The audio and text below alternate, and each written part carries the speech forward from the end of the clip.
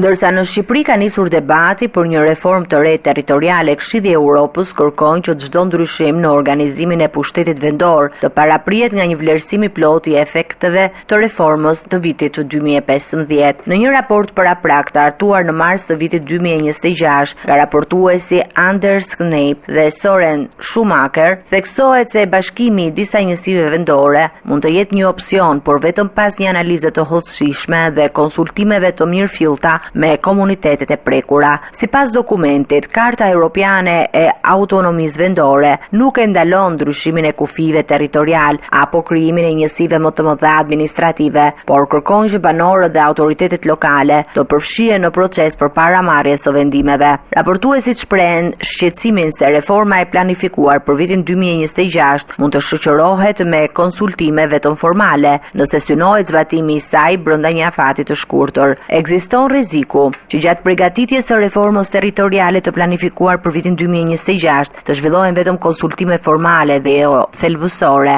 nëse qeveria synon të respektojë afatin e njoftuar për zbatimin e saj. Dokumenti vëren gjithashtu se pushteti vendor shqiptar ka pasur një rol të kufizuar dhe informacion minimal gjatë përgatitjes së ndryshimeve të propozuara. Një tjetër pikë e ngritur nga Këshilli i Evropës lidhet me mospërputhjen mes idesë dhe krijimin e bashkive më të mëdha dhe vazhdimit të centralizimit të disa shërbimeve publike, si menaxhimi i mbetjeve, furnizimi me ujë dhe arsimi. Për një sër funksionesh të detyrueshme, njësitë e qeverisjes vendore nuk zotërojnë kompetenca të plota dhe ekskluzive, por kufizohen në zbatimin mekanik ose në funksione të mirëmbajtjes institucionale. Si rrjedhoi, Shqipëria nuk po përfiton plotësimen nga parimi i subsidiaritetit, vijon dokumenti. Sipas raportit, në disa fusha bashkit nuk kanë kompetenca të plota vendimarrëse, por kryesisht zbatojnë politika të përcaktuara nga niveli qendror. Megjithatë, në përputhje me frymën e kartës, përgjigjja e dur ndaj këtyre sfidave nuk është centralizimi, por zhvillimi i kapaciteteve